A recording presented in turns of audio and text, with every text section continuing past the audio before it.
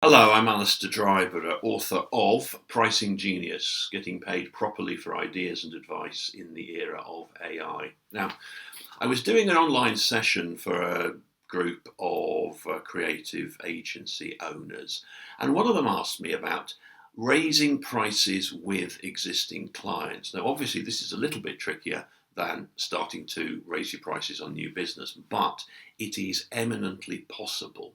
Now, you might think the ask, okay, we've been doing this thing for you for a while, we'd like to continue doing it for you the same, but we'd like to charge you more money for it. That's a rather difficult ask.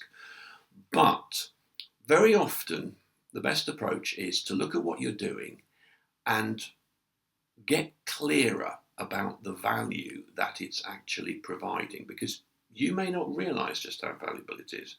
Your client may not realize just how valuable it is until you point it out to them. So as an example, a client of mine, Simon, owner of a digital marketing agency, was doing something for his clients. It went under the very unsexy name of gap analysis, and it was a strategic analysis of markets. And he was selling it for £3,000, £4,000 or £5,000. We looked at it, and I pointed out to him, look, Simon, this is hugely valuable. You're not just analysing markets. When you're doing this, you are uncovering entirely new, untapped markets for your client, which was a major retailer, so there was a lot of money at stake.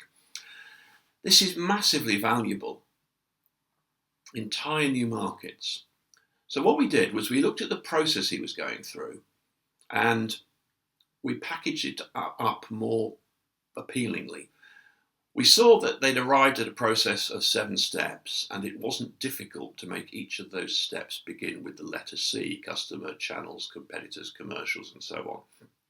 So it became the 7 C's process. And as the 7 C's process, it was clearly hugely more valuable. So the fee went up from a few £1,000s to 25,000 and latterly to 46,000.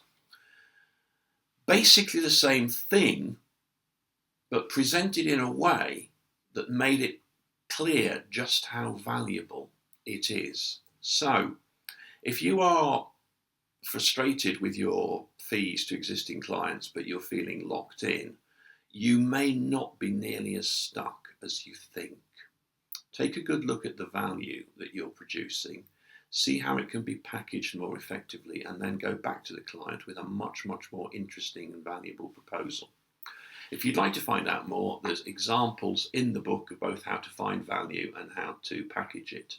If you'd like a copy, at the end of the video there is a link which will give you immediate access for free to the electronic version.